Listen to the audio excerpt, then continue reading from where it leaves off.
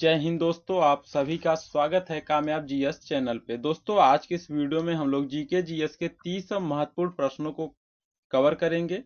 दोस्तों, हमने सारे प्रश्न सेलेक्टेड और इम्पोर्टेंट लिए हैं। अगर आप किसी भी एग्जाम की तैयारी कर रहे हैं तो ये वीडियो आपके लिए काफी ज्यादा यूजफुल होने वाला है। तो चलिए शुरू करते हैं।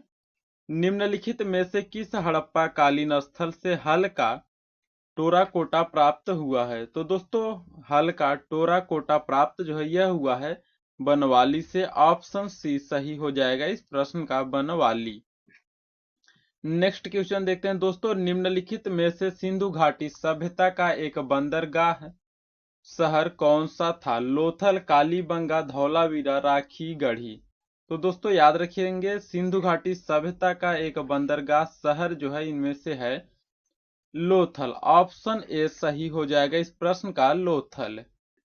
Next question. दावजाली हैडिंग नौपाषाण स्थल में स्थित है, ठीक है। तो दोस्तों याद रखेंगे, दावजाली हैडिंग नौपाषाण, ठीक है, स्थल जो है यह असम में स्थित है। ऑप्शन सी सही हो जाएगा इस प्रश्न का, असम। अगला प्रश्न है, हड़प्पा सभ्यता की खोज सर्वप्रथम किस वर्ष में हुई थी? तो दोस्तों, हड़प्पा सभ्यता की खोज जो है सर्वप्रथम 1921 में हुई थी। ऑप्शन ए सही हो जाएगा इस प्रश्न का, 1921। अगला प्रश्न देखते हैं। ऋग्वेद को पुस्तकों या मंडलों में विभाजित किया गया है? तो देखिए ऋग्वेद को जो है यह, तो देखिए ऋग्वेद को जो है 10 पुस्तकों या मंडलों में विभाजित किया गया है। ऑप्शन डी सही हो जाएगा इस प्रश्न का। याद रखेंगे, ऋग्वेद को जो है 10 मंडलों में विभाजित किया गया है। Next question. वैदिक भजनों या मंत्रों के संग्रह को क्या कहा जाता है? वेरी वेरी इंपॉर्टेंट प्रश्न है साथियों। याद रखेंगे, वैदिक भजनों या मंत्रों के संग्रह को क्या कहा जाता है? तो इस प्रश्न का सही जवाब होगा ऑप्शन सी, संहिता, ठीक है। ऑप्शन सी सही हो जाएगा इस प्रश्न का। अगला प्रश्न है, अथर्ववेद कितने खंडों का संग्रह है? दोस्तों, अगर आपको किसी भी प्रश्न का आंसर पता हो तो आप लोग उसे कमेंट में जरूर लिखेंगे। तो देखिए अथर्ववेद जो है यह 20 खंडों का संग्रह है।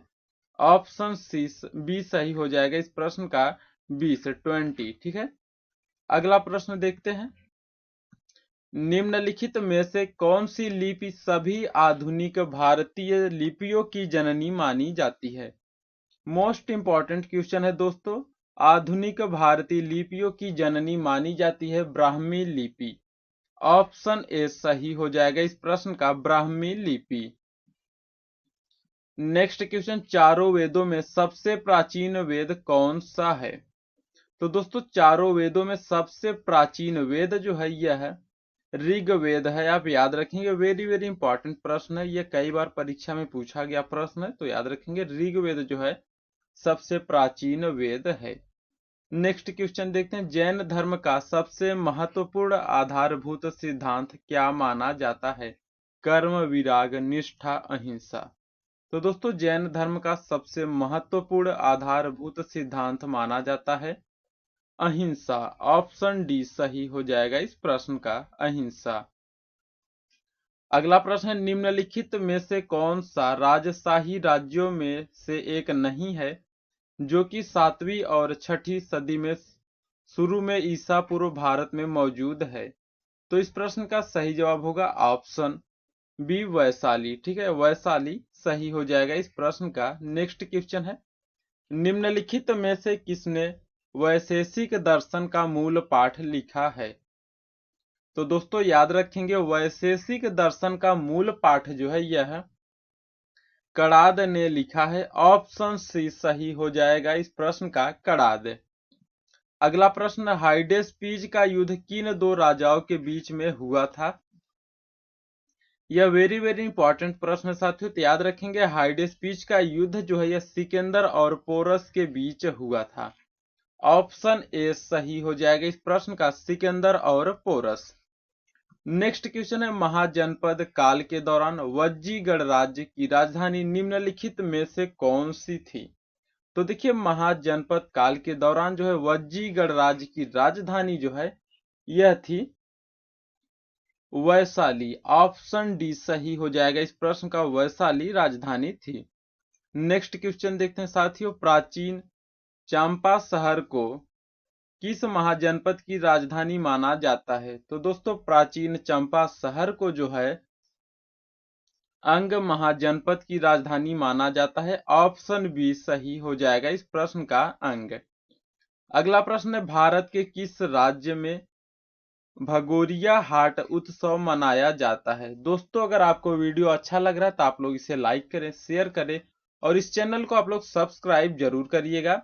तो देखिए, भारत के किस राज्य में भगोरिया हाट उत्सव मनाया जाता है? राजस्थान, उत्तर प्रदेश, बिहार, मध्य प्रदेश।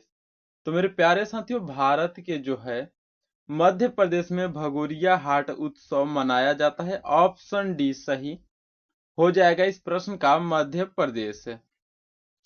अगला प्रश्न है, लूसी बोली किस राज्य में बोली जाती है? लूसी जो है ये किस राज्य में बोली जाती है? तो ये बोली जाती है मिजोरम में। ऑप्शन बी सही हो जाएगा इस प्रश्न का, मिजोरम।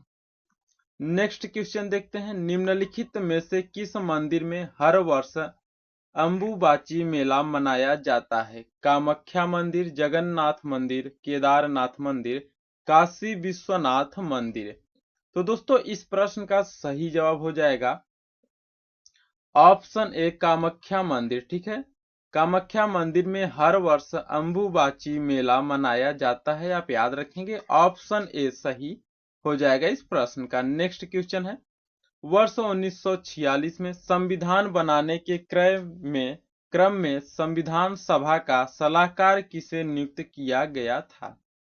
तो दोस्तों वर्ष 1946 में संविधान बनाने के क्रम में जो है संविधान सभा का सलाहकार जो है नियुक्त किया गया था बी.एन. राव को। ऑप्शन सी सही हो जाएगा इस प्रश्न का, बी.एन. राव। अगला प्रश्न देखते हैं, भारतीय संविधान की प्रस्तावना के प्रारंभिक शब्द किस देश के संविधान से लिए गए हैं? तो दोस्तों संविधान की प्रस्तावना के प्रारंभिक शब्द जो है यह संयुक्त राज्य अमेरिका से लिए गए हैं। ऑप्शन बी सही हो जाएगा इस प्रश्न का, संयुक्त राज्य अमेरिका, आप याद रखेंगे। नेक्स्ट क्वेश्चन, भारत में बाल विवाह निषेध अधिनियम किस वर्ष पारित किया गया था? तो देखिए, भारत में बाल विवाह निषेध अधिनियम जो है यह पारित किया गया था 1929 में।